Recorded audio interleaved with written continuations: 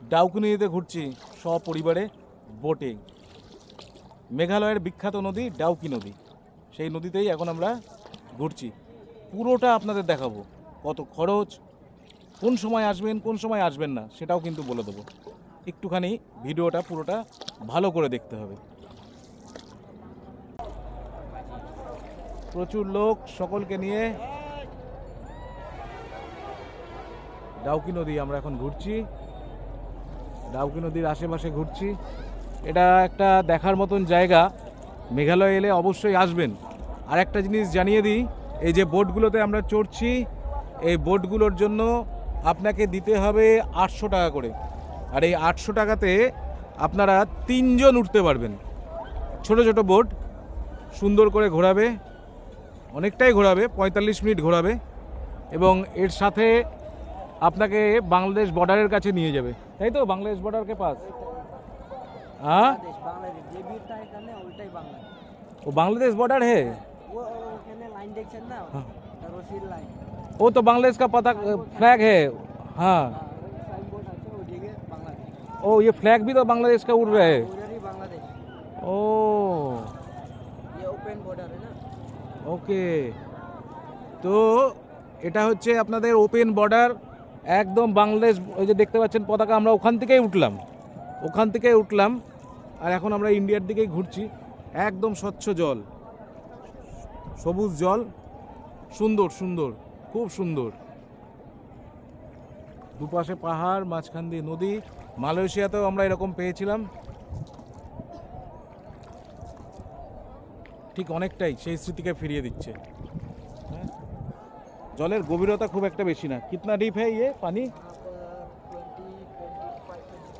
না ঠিক है, 20 থেকে 25 ফুট গভীর জল, গভীর আছে। ঠান্ডা যে খুব একটা বেশি তেমন নয়, ঠান্ডা নেই বললেই চলে। খুব সুন্দর জায়গাটা, বেশ ভালো লাগছে ডাউকি নদীতে ঘুরতে। মেঘালয় এলে অবশ্যই আসবেন ডাউকি নদী ঘুরতে, ভালো লাগবে। ছোট ছোট বোট, এই দেখুন, সব ছোট বোট।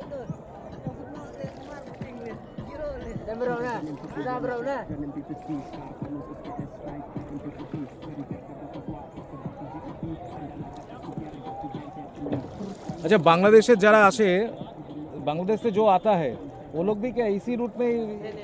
अच्छा, वो लोग उधर में पानी के किनारे तक जा सकते हैं। ওকে। বাংলাদেশ থেকে যারা আসছে, মানে বাংলাদেশ বর্ডার থেকে, যেহেতু এটা ওপেন বর্ডার আগেই বললাম, তারা কিন্তু এই নদীতে আমাদের মতন এভাবে বোটিং করতে পারছেন না। তারা আগেই আটকে যাচ্ছেন এবং ওই বাইরে, নদীর বাইরে, নদী কা বাহার সে দেখনা পারে। और ওদিকেও পানি আছে কিন্তু পানি কম। নদীর ওদিকেও জল আছে, জল কম, হ্যাঁ, সেখানে ওরা ঘুরতে পারে। এদিকটায় আসতে পারবে না ওনারা, বাংলাদেশের যারা আছেন। আর আমরা ওদিকে যেতে পারবো না। তার মাঝে একটা সুন্দর জায়গা, খুব সুন্দর জায়গা। দেখুন, একদম স্বচ্ছ জল, একদম স্বচ্ছ জল, পরিষ্কার দেখা যাচ্ছে ডাউকি লেকে।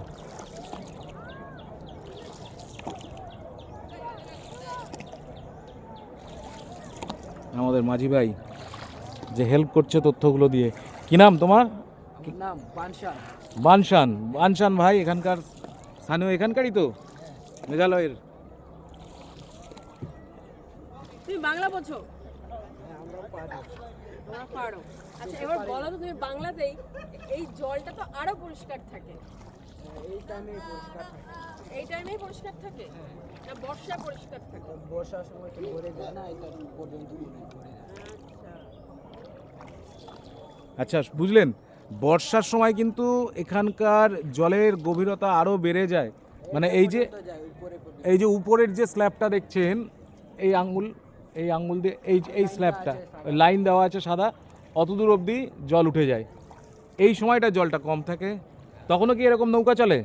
না না না, বর্ষার দিকে ক্লোজ থাকে। বর্ষার সময় ক্লোজ থাকে। এটা একটা মূল্যবান তথ্য আপনাদের সঙ্গে শেয়ার করছি। ডাউকি নদীতে বর্ষার সময় কিন্তু এই সুযোগটি পাবেন না, এত সুন্দরভাবে ঘোরার যে সুযোগ, এই আনন্দটা কিন্তু আপনারা পাবেন না। তো চেষ্টা করবেন বর্ষার সময়টাকে যতটা সম্ভব এড়িয়ে আসতে। তবে আগের মতো আর বৃষ্টি হয় না যখন তখন। बारिश होता है? हाँ, बारिश अभी उतना नहीं होता है जैसा पहले चिरापुंजी में होता था, वैसा बारिश अभी होता नहीं है।